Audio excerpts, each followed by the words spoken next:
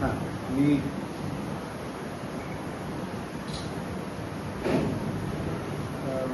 रवींद्र कुलकर्णी मुंबई विद्यापीठाचा कुलगुरू.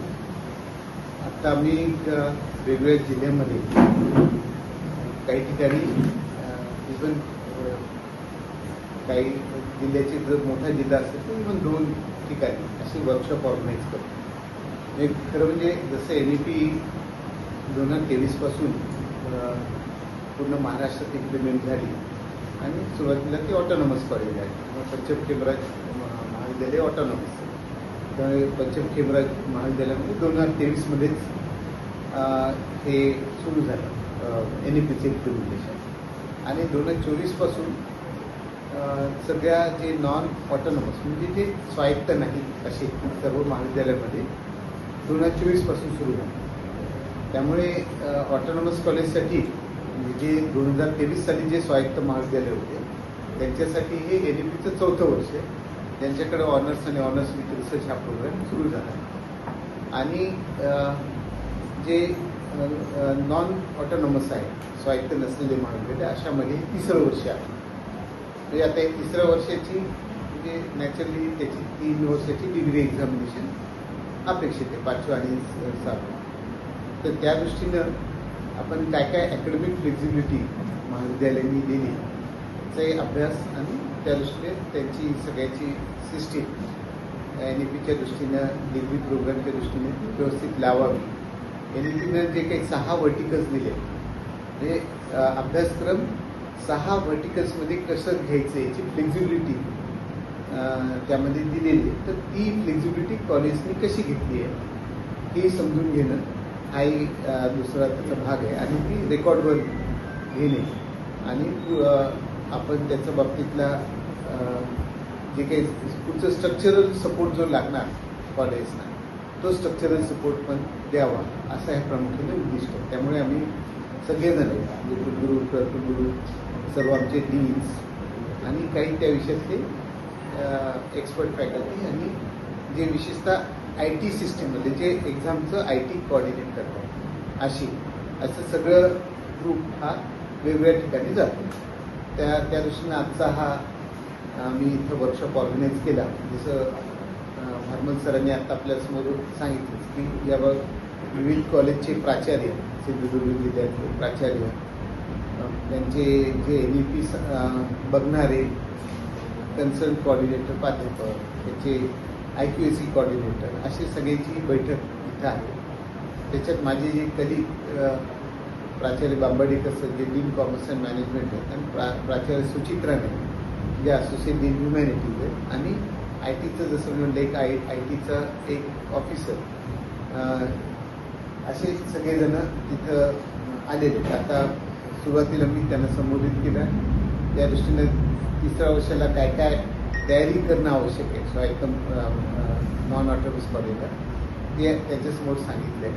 आणि आता मग आमचे दोन्ही डीन्स त्यांच्याशी इंटरॅक्ट होते 1 to 1 इंटरॅक्ट होते. म्हणजे जेवढे कॉलेजेस आहेत त्या सगळ्या कॉलेजशी ते 1 to 1 इंटरॅक्शन करून या बाबतीतलं कसं स्ट्रक्चर जे आता 3rd इयरला येत आहे ते कसं केलं आहे हे समजून घेत आहे आणि त्याचा पुढचा फायदा आपल्याला त्या विद्यार्थ्याच्या दृष्टीने तो आपल्याला देता येईल असं तो प्रामुख्याने आहे.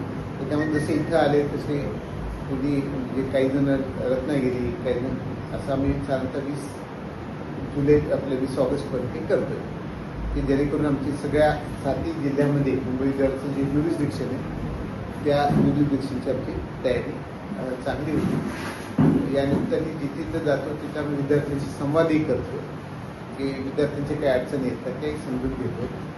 कॉलेजच्याही काही अडचणी असतील तर त्याही समजून घेतो. आणि तिथे आम्हाला इमिजिएट शक्य असेल तिथे तो सपोर्टिंग मेकॅनिझम पण उपलब्ध ही साधारणतः की मला वाटतं आता हे जे वर्कशॉप घेतलं आहे सरांनी थोडं एक्सप्लेन केलं त्याचं पुढचं इलॅबोरेट करून आपल्याला सांगितलं. नवीन शैक्षणिक धोरणाप्रमाणे आपण सुरू केलं का वर्कआउट सध्या? हो, राष्ट्रीय शैक्षणिक धोरणाचं 2023 पासूनच मी सांगितलं इम्प्लिमेंटेशन सुरू झाले.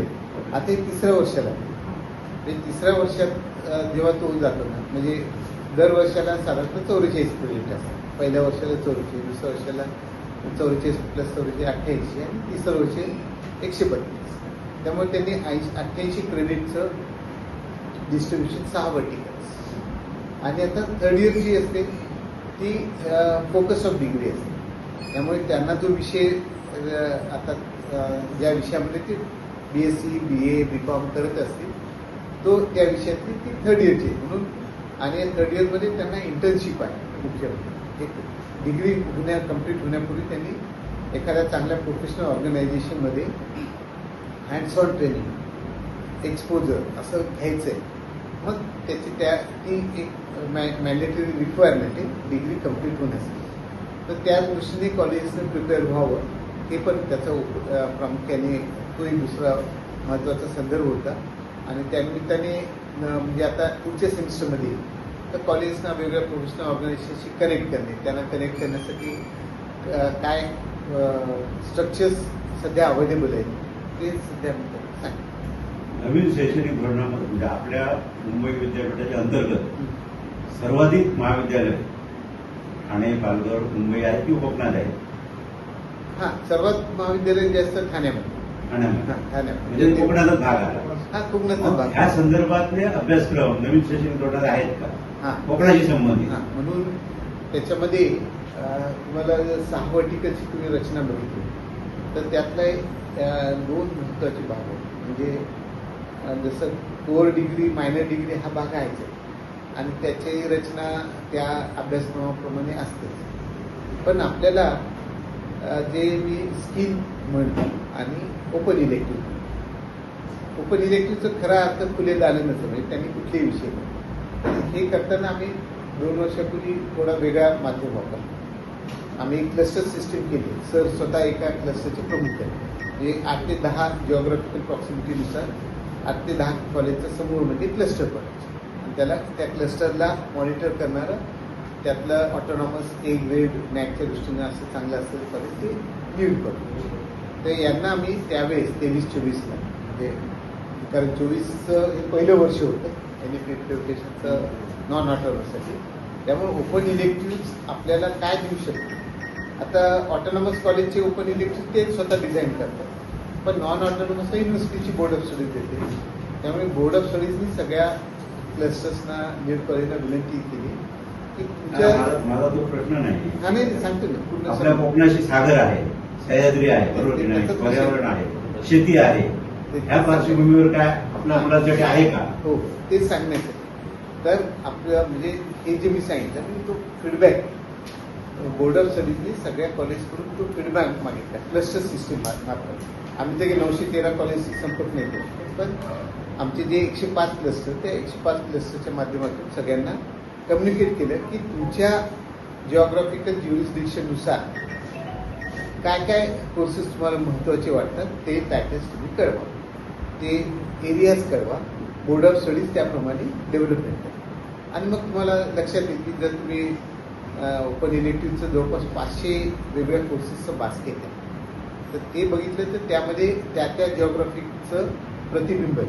म्हणजे निश्चित असं आपण सिंधुदुर्ग म्हणलं तर टुरिझम हा महत्त्वाचा भाग म्हणतो किंवा आपण दुसरा भाग म्हणतो की त्याचा फिशरीज समजा हा एक महत्त्वाचा त्या संबंधित महत्त्वाचे काम. किंवा रत्नागिरी घेतलं तिथं लोटे परशुराम आहे म्हणजे इंडस्ट्री आहे. त्यामुळे तिथं पोल्युशन कंट्रोल असा विषय प्रामुख्याने येऊ शकतो.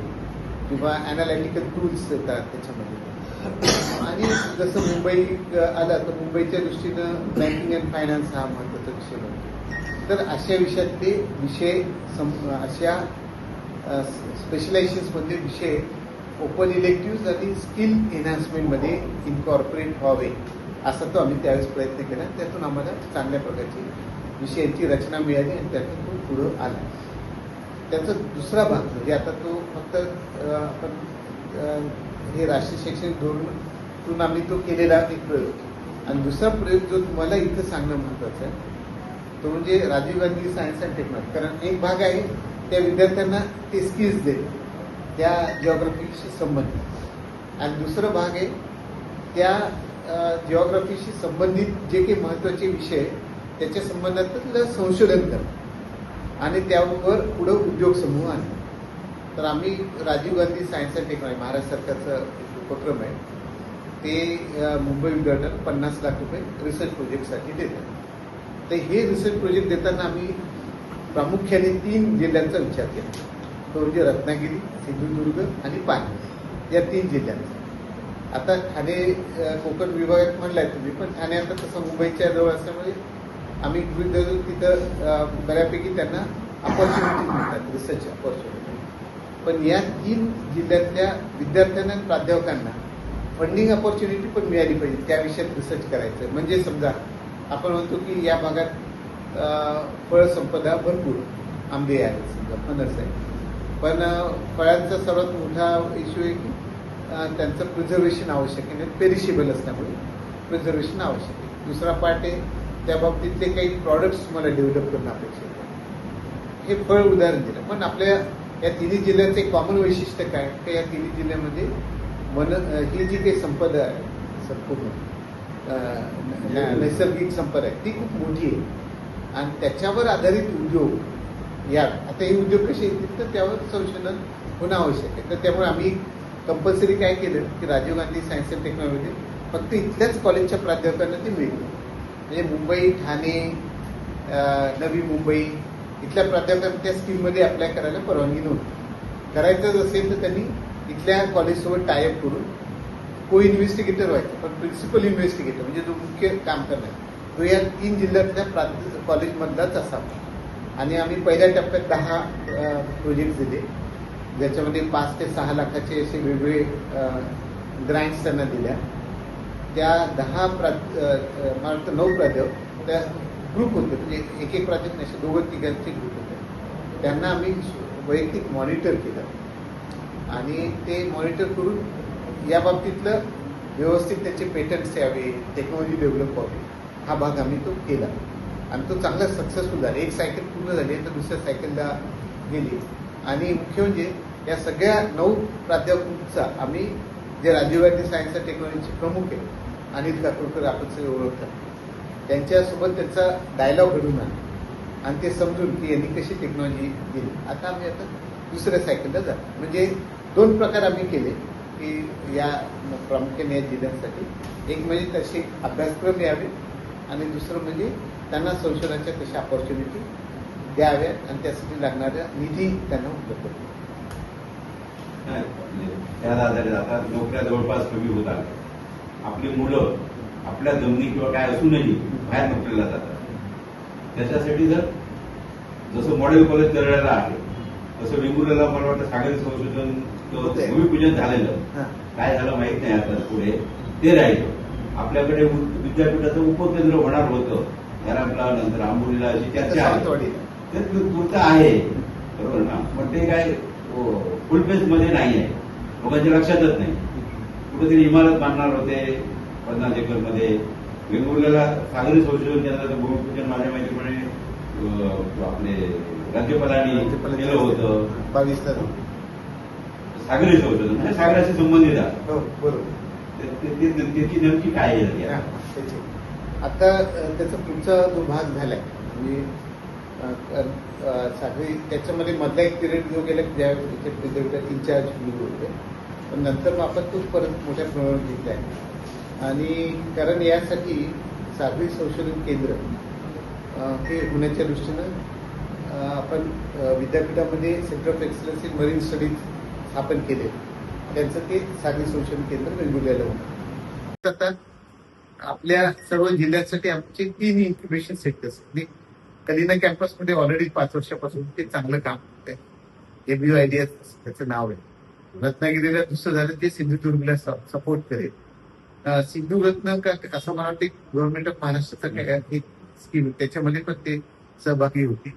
आणि आता मी Rajiv Gandhi science and technology मधून आम्ही त्या प्राध्यापकांना ऑलरेडी मदत करतो दुसऱ्या सायकल, तर ते प्राध्यापक त्यामध्ये सहभागी झालेले विद्यार्थी आणि इतर जे पुढे येणार सगळे त्या सगळ्यांना या इन्क्युबेशन सेंटरच्या माध्यमातून उद्योगासाठी व्यवसायासाठी त्यात मदत.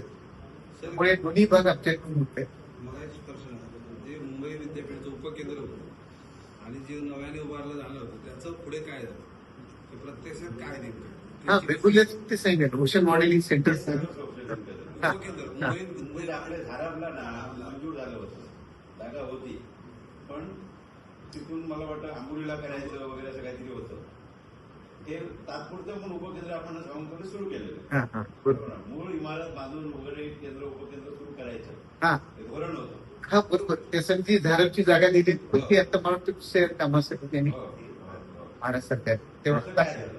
नाही धारपची जागा आपल्याकडे नाही ती सरकारने दुसऱ्या म्हणजे जागा होत नाहीये असंच म्हणायचं का? नाही तसा काही नाही आता सावंतवाडीत मी महानगरपालिकेत आपल्या नगरपालिकेने जागा दिलेलीच आहे त्यामुळे तो भाग आहेच आपल्याला नगरपालिकेने दिली जागा हा ती जी आहे, ही सावंतवाडी तात्पुरती आहे. हा, हा. ते काय कोणाला माहिती आहे की नाही ते तुमच्या काही प्राध्यापक किंवा कोणाला तरी माहिती आहे तसं त्याला हे नाही ना हा नाही ते तर तात्पुरती झालं हो कायमस्वरूपी उभारण्यासाठी हा तिथले आमदार आहेत ते मंत्री होते त्यावेळी की सर- 50 एकर आंबोलीला देणार धाराप केल्यानंतर असं होतं हा. त्यावरचे खासदार होते राऊत होते त्यांनी धारापला काहीतरी करण्याचा प्रयत्न केला होता. हा.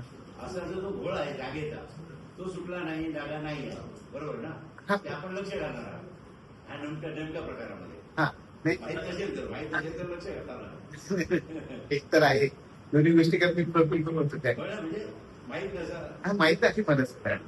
पण आपल्याला जे काही करायचंय ते स्ट्रेंथली आम्हाला काय आहे, उपकेंद्र व्हावं इथे हो, इथे लोक हो. मुंबईला जाऊ नये अशी अपेक्षा आहे नाही, त्या- बरोबर ना आणि लोकप्रतिनिधीला लक्षच देत नसतील तर लोकप्रतिनिधीला जागृत करायला तर पाहिजे. विद्यापीठ तुम्ही वस्तुस्थिती जर सांगितली बरोबर ना तर आम्ही करू ना आमच्या पद्धतीने. विद्यापीठ म्हणून आपण विद्यापीठ म्हणून आम्ही हे आहेच की आता तिथं सब कॅम्पसचे डायरेक्टरही आलेले त्याच्या ट्रेनिंग सेंटर ते इथं काम आहेच आणि आम्ही तयारीच पण कॉलेजांचं स्ट्रेंथन करतोय की ज्याचा मध्ये काही मॉडेल कॉलेज हा? आहे मॉडेल कॉलेज आहे हा. त्याचं काय म्हणून करताय हा.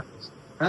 त्याचं काय म्हणून करणार नाही त्याला स्ट्रेंथन करतोय आम्ही आता काही नवीन म्हणजे DRT आम्हाला सपोर्ट केला महाराष्ट्र सरकार तर त्यांनी फॅकल्टीसाठी ऍडिशनल ग्रँट म्हणतो त्यामुळे माझा प्रश्न तसाच राहिला हा? ते मुंबई विद्यापीठाचं उपकेंद्र जे आहे ते आता 800 स्क्वेअर फूट जागेत फक्त चालू आहे.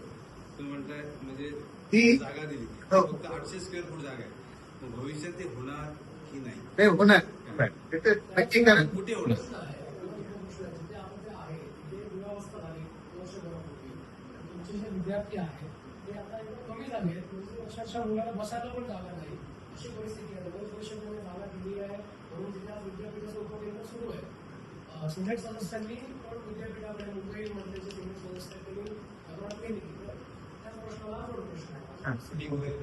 परत साहेब काय माहिती आहे मुंबई विद्यापीठाची परंपरा बघितली तर ते तुम्ही कोणाला तरी पोट भाडत घ्या तुमचं केंद्र कुठे आहे ते कोणाला तरी पोट भाडत घ्या हो बरोबर ना तो आता तिथे नाहीच आहे असा प्रकार आहे बरोबर. नाही ते बघा जर सब कॅम्पस हे अपेक्षित आहे की सब कॅम्पस हे डिसेंट्रलाइज मॉडेल हे विकेंद्रीकरणाचं मॉडेल त्यामुळे रत्नागिरी ठाणे हे ऑलरेडी स्ट्रेंथन झाले आता आपली पुढची लक्ष नॅचरली आपलं सिंधुदुर्ग आणि पालघर या दोन्ही जिल्ह्याकडे दोन्हीकडे स्ट्रेंथन त्या संदर्भात बोलाच अच्छा मला पूर्ण करून दिलं. सरकारने आपलं खाते करत एकाच वेळी 2 पदव्या आहेत ते करता येणार असं असताना पदवी अभ्यासक्रमाकडे विद्यार्थ्यांना आता PhD वगैरे कुठे कसं ऍडमिशन मिळत नाही त्या आता पदवी अभ्यासक्रमाकडे विद्यार्थ्यांचा थोडा कमी आहे. नोकऱ्यांची संधी नाही किंवा रोजगाराच्या संधी नसल्यामुळे असं काय आहे काय हा नाही याच्यात प्रामुख्याने काय झालं आणि आता कला शाखेकडे तुम्ही पूर्वी कसं होतं वर्षात एकदाच परीक्षा होती फार कुठे आहे आता तुम्ही 4 सेमिस्टर पूर्वी एखादा विद्यार्थी नोकरी करून ते हे करायचं शिक्षण घ्यायचं ते आता संधी विद्यार्थ्यांना मिळत नाही. नाही ते तर 2016 पासूनच सेमिस्टर सिस्टम सुरू आहे. आता एक याच्यात लक्षात घ्या आपलं आर्ट्स सायन्स कॉमर्स काळाच्या ओघात बदलणं अभ्यासक्रम बदलणं आवश्यक सैनिक मध्ये सुरुवातीला प्रश्न काढले त्या भूभागाशी संबंधित असलेलं त्या जिओग्राफिकल कॉन्टेक्स्टमध्ये तुम्ही काही केले ते केले तर याच्यामध्ये सर्वात महत्वाची रचना अपेक्षित होती बदलली की मध्ये प्रत्येक जो कोर्स आहे तो त्यामध्ये एक तर स्किल ओरिएंटेशन महत्वाचा होता आणि दुसरं महत्वाचा भाग होता त्याच्यावरती औद्योगिक अशा 2 गोष्टी म्हणूनच आता या सगळ्या अभ्यासक्रमाची रचना इतकी बदलली की या प्रत्येकामध्ये साधारणतः किमान 12 ते 16 क्रेडिटचं त्यांना स्किल्स लॅब असाव्या हे अपेक्षित. त्या म्हणजे तो शिकताना सुद्धा आपण साधारण म्हणतो शकतो ना, बीएससी इलेक्ट्रॉनिक्सच्या विद्यार्थ्यांना मोबाईल रिपेअर करता आला पाहिजे. तर तसं स्किल जर त्याला स्किल मिळत गेलं तर नोकऱ्या मिळण्याची काहीच अडचण नाही. तर दोन प्रकार त्यांच्याकडं म्हणजे काय म्हणतात त्याला त्या ती स्किल नसल्यामुळे नोकरी, आणि दुसरीकडे त्या ऑर्गनायझेशन्सला त्या स्किलचे विद्यार्थी हे मिळत, अशा दोघांची ती आहे. आता जसा हा स्किल भाग होता तसाच त्याच्यामध्ये एक औद्योगिक रचना अपेक्षित होती. त्याला आपण आता तो प्रायव्हेट पर्टिक्युलरली मुंबईत सुरू केलाय. तो आता आम्ही इकडं सगळीकडे आमच्या मॉडेल कॉलेजमध्ये आणतो. तो म्हणजे अप्रेंटिसशिप इम्बेडेड डिग्री होतो. म्हणजे तो समजा 3 वर्षाचा अभ्यासक्रम असेल तर त्या 3 वर्षाच्या अभ्यासक्रमामध्ये म्हणजे 3 वर्ष म्हणजे तुम्ही आता सेमिस्टर म्हणाल मग 6 सेमिस्टर, तर 6 सेमिस्टर पैकी किमान 1 सेमिस्टर त्यांनी इंडस्ट्रीमध्ये विथ ऑनर काम करावं आणि एक्सपोजर मिळावं, किमान 1 आणि मॅक्झिमम 3 असं आहे. म्हणजे 50% 6 सेमिस्टर 3 सेमिस्टर. तर यासाठी तुमचा इंडस्ट्री कनेक्ट चांगला आहे. तर आम्ही आता जे काही 24 apprenticeship embedded degree programme Mumbai आणि ठाण्यामध्ये केले तर त्यामध्ये आम्हाला चांगलं यश मिळालं. आणि त्यातून काय होतं की तो कुठं त्या इंडस्ट्रीमध्ये काम करतो, त्या इंडस्ट्रीचा का तो अनुभवही त्याच्यात जमा होतो, प्लस त्याला ऑनररी पण मिळतो त्या 6 महिन्यामध्ये. आणि जेव्हा त्याचं पूर्ण डिग्री स्ट्रक्चर होतं त्याच्याकडे त्या गोष्टीचं सगळं एक्सपिरियन्स पण मिळतो आणि चांगलं स्किल बनतो, त्यामुळे जॉब होतो. आता हे आम्हाला कळा, त्यामुळे आम्ही आमच्या तळेने नांबर्डे दोन्ही करतो त्या गोष्टी म्हणजे मी तेच सांगत होतो आदर की त्या दोन्हीकडे आम्ही आता सरकारने आम्हाला ती ग्रँटेड फॅकल्टी पण दिली आहे. त्यामुळे आम्ही अप्रेंटिसशिप इम्प्लिमेंटेशन प्रोग्राम या पुढच्या वर्षापासून तिथं लॉन्च करू. त्याची आमची सगळी तयारी आता सुरू केली. म्हणजे आता सुरू करायची म्हणजे कसं अभ्यासक्रम बनवणं हा तर आमचा भाग आहे, पण सर्वात महत्वाचं म्हणजे इथं या 2 ठिकाणी करणारे जे विद्यार्थी असतील त्या 2 ठिकाणच्या विद्यार्थ्यांना कुठल्या प्रकारच्या इंडस्ट्रीज करिक्युलमच्या दृष्टीने लागणार त्या इंडस्ट्रीशी संपर्क करणे, त्या इंडस्ट्रीसोबत एमओयू करणे आणि त्या मुलांना त्या 6 महिन्यासाठी ट्रेनिंग. त्यामध्ये तो केअरफुली ऑर्गनाईज करावा. तो ट्रायपार्टी एमओयू म्हणजे ते कॉलेज, ते मॉडेल कॉलेज, विद्यार्थी आणि इंडस्ट्री. कारण विद्यार्थ्याला इंडस्ट्रीत पाठवलं आणि काम करायला पाठवलं तर त्याची सेफ्टी पण तितकीच महत्वाची. म्हणजे तो शिकणं, त्याला मिळणारा सॅलरी हा भाग आहेच, आणि त्यातून त्याच्या पुढच्या भविष्यातलं करिअरचं निश्चिती होणे ही खूप महत्वाचं आहे. पण हे करताना त्या 6 महिन्यामध्ये त्याची व्यवस्थित मेंटरशिप व्हावी आणि 6 महिन्याची सेफ्टी पण मिळावी हा आपल्या दृष्टीने अपेक्षित आहे. इंडस्ट्रीच्या दृष्टीने काय अपेक्षित आहे की आमचे जे सगळ्या जे लोक ज्या तऱ्हेनं काम करतात तो डिसिप्लिन विद्यार्थ्यांमध्ये असतात. म्हणजे जर समजा 7ला शिफ्ट होत असेल तर तो कॉलेज 7ला असणं अपेक्षित असा तो डिसिप्लिन. तर त्यामुळे तो ट्रायपार्टी होऊ शकतो. त्यामुळे ती त्या दृष्टीने आमची सगळी तयारी चालू आहे. पुढच्या वर्षापासून ते त्या दोन्ही ठिकाणी अप्रेंटिसशिप इम्प्लिमेंटेशन होतं. मोठ्या त्यांची संकल्पना मोठ्या प्रमाणावर आणावी असं जॉबच्या दृष्टीने मुलांच्या. कारण इकडं स्वतः व्यवसाय सुरू करणे हा एक भाग जो इन्क्युबेशनच्या बाबतीत ते काही सगळ्यांना शक्य आहे, ते 10 ते 20% असते, पण मुलांना नोकरी लागणे हा महत्वाचा. तर त्या दृष्टीने स्ट्रक्चर सर दुसरं आपण दुसरे आता सगळं काही AI वर आधारित काही अभ्यासक्रम मुंबई विद्यापीठाने काही प्रस्तावित केले आहेत आर्टिफिशियल इंटेलिजन्स मग किंवा वेगळं काय, कारण सगळीकडे तेच चालतं. हो. तर त्याच्यासाठी आता आर्टिफिशियल इंटेलिजन्सचा आर्टिफिशियल इंटेलिजन्सचा बझवर्ड आता कॉमन आहे. म्हणजे तो काही सायन्स आणि इंजिनिअरिंगचा भाग आहे असं काही सगळ्यांना. आणि AI खूप जनरल टर्म वाटते, त्याच्यात वेगवेगळी उपयोग आणि ते फक्त अभ्यासक्रमच नाही, त्याचे टूल म्हणून वापर करणे हा दुसरा. म्हणजे अभ्यासक्रम तर आलेले इंजिनिअरिंग मध्ये ऑलरेडी इमर्जिंग मायनर म्हणून AI and machine learning, blockchain technology, industry internet of thing, robotics, हे सगळे अभ्यासक्रम आपल्या 2020 पासूनच आपण ते इंजिनिअरिंग मध्ये इन्कॉर्पोरेट केले. आणि आता हे बीएससी मध्ये पण इन्कॉर्पोरेट, बीएससी बीए बीकॉम मध्ये येणार हा आपण तशा प्रकारचे अभ्यासक्रम दिले की किमान म्हणजे व्हॅल्यू एज्युकेशन जे व्हर्टिकल होतं ना त्यामध्ये जसं व्हॅल्यू एज्युकेशन मध्ये वेगवेगळे पर्याय, एक म्हणजे भारतीय राज्यघटना समजून घेणे, दुसरं म्हणजे पर्यावरण समजून घेणे, तसा तिसरा पर्याय आहे या ज्या काही डिजिटल टेक्नॉलॉजीज आहेत त्या डिजिटल टेक्नॉलॉजीचं इरिस्पेक्टिव्ह कुठल्या ब्रँचेसच्या त्याचा एक्सपोजर तुम्हाला मिळून देतो. तर तो एक जनरल आणि एक म्हणजे त्यांच्या ब्रँचनुसार त्याचा उपयोग कसा आहे. जे आता समजा आपण मराठी भाषा म्हणते तर म्हणजे कारण तो गैरसमज असतो म्हणून मी ते एक्झाम्पल की ह्युमॅनिटी मधले त्यांचा संबंध नाही आहे तसं नाही. तर मराठी भाषेला सुद्धा एक एआय जे काही लिंग्विस्टिक म्हणजे मूळ भाषेचा जो ग्रामर व्याकरणाचा बेस असतो त्या बेसवर त्या बेसचाच वापर करून या सगळ्या मशीन लर्निंग काम आहे. जे काही ट्रान्सलेशन होतं ना एका भाषेतून दुसऱ्या तो बेस असतो. तर तो बेस मराठीच्या विद्यार्थ्याला जर माहीत झाला तर तो अजून चांगलं काम करू शकतो. म्हणजे जो यांनी विचारलं की त्या कला विषयाकडे तर विद्यार्थी असं वेगळ्या प्रकारचे अभ्यासक्रम येणे अपेक्षित आहे म्हणून तो मराठी भाषेमध्ये तसा आपण आणण्याचा प्रकार हे केलाय. आणि दुसरा भाग जो बघेल अभ्यासक्रमांना हा एक भाग त्या प्रकारचं इन्फ्रास्ट्रक्चर देणं हा दुसरा भाग आहे. पण तिसरा भाग जो आहे की आता समजा मी गेल्या 30 वर्ष शिकवतो आणि समजा माझं म्हणजे वैयक्तिक असं म्हणून उदाहरण नाही एक जनरल प्रातिनिधिक करावं. मी 30 वर्ष आता मी काही हे शिकलेलं नाही जेव्हा तर मी ऍज अ प्राध्यापक म्हणून विद्यार्थी समोर एक तर मी स्वतः वैयक्तिक डेव्हलप करत किंवा ट्रेनिंग करतो. तर तसे आम्ही गुगलच्या सहाय्याने ट्रेनिंग सुरू की प्राध्यापक आणि नॉन टीचिंग दोघांना कारण हे टूल्स खूप आहेत.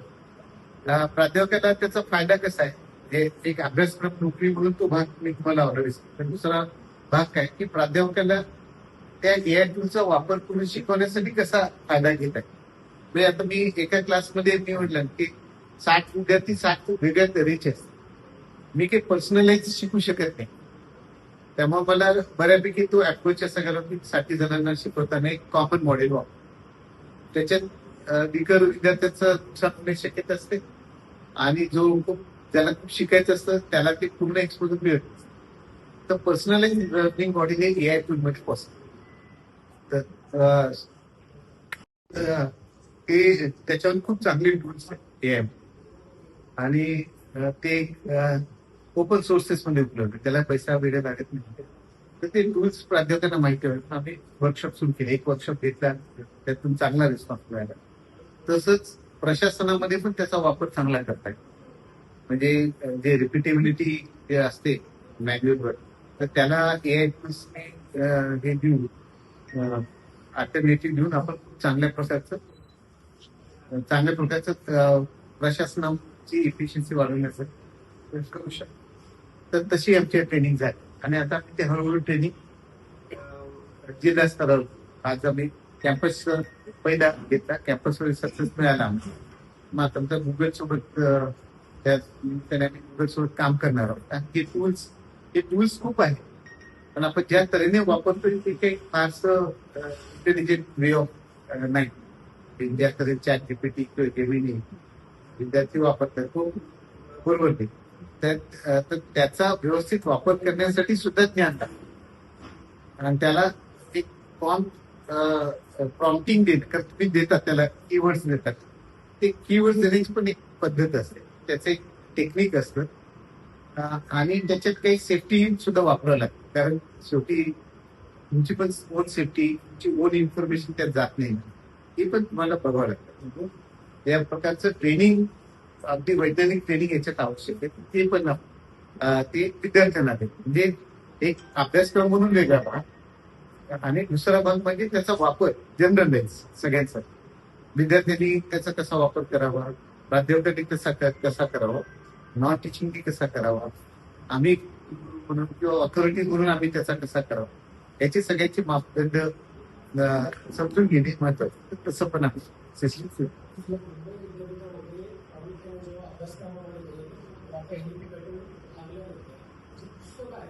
विद्यार्थ्यांना परीक्षेच्या अगदी आपल्या महिन्यापर्यंत पण मिळत नाही किंवा अशा प्रकार झालेले आहेत अशा प्रकार होतात वारंवार.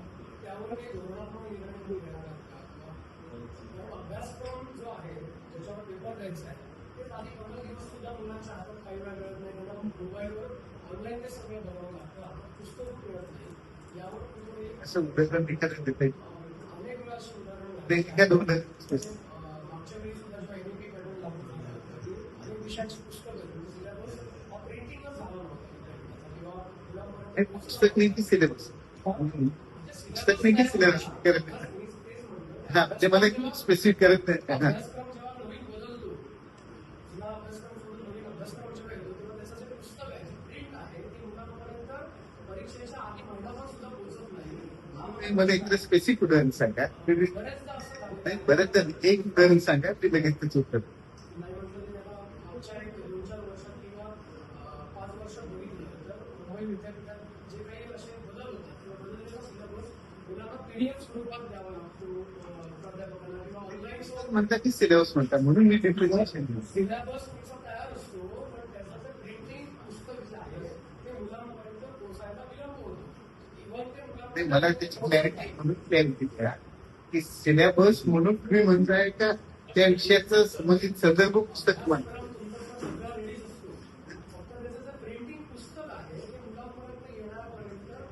करताय म्हणून मी तुम्हाला सांगितलं म्हणून मी तुम्हाला स्पेसिफिक मला आता तुम्हाला क्लिअर नाही पण त्याची क्लिअरिटी तुम्ही सिलेबस पुस्तक हा दोन वेगळ्या सिलेबस डेव्हलप होणे आणि त्याची माहिती विद्यार्थ्यांकडून हा पहिला आणि त्यासाठी असणारे संदर्भ पुस्तक ते तर प्रामुख्याने यातल्या काही गोष्टी लक्षात येतील.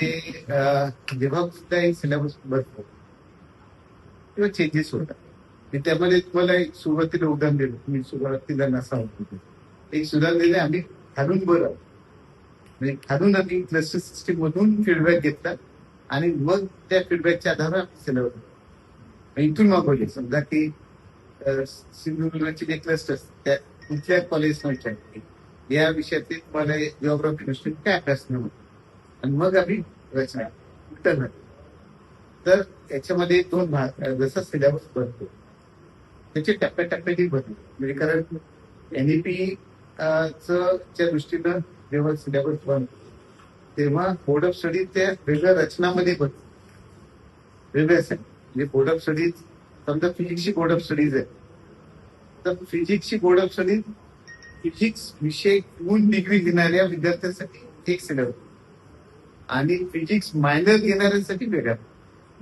आणि फिजिक्स ओपन इलेक्टिव्ह म्हणून घेतं ते वेगळं. हा खूप मोठा बदल NEP आणि नॉन NEP मधला हा तुम्हाला महत्वाचा लक्षात. त्यामुळे म्हणून मी तुम्हाला स्पेसिफिक उदाहरण त्यात हे सगळ्या वेगळ्या व्हर्टिकलची वेगळी रचना आहे आणि त्याप्रमाणे ते विषय त्याप्रमाणे दिले जातात. म्हणजे समजा कोर विषय आम्ही नोव्हेंबर डिसेंबर मध्ये घेतला त्याचे ट्रेनिंग प्रोग्राम घेतले सगळ्यांना कळवले.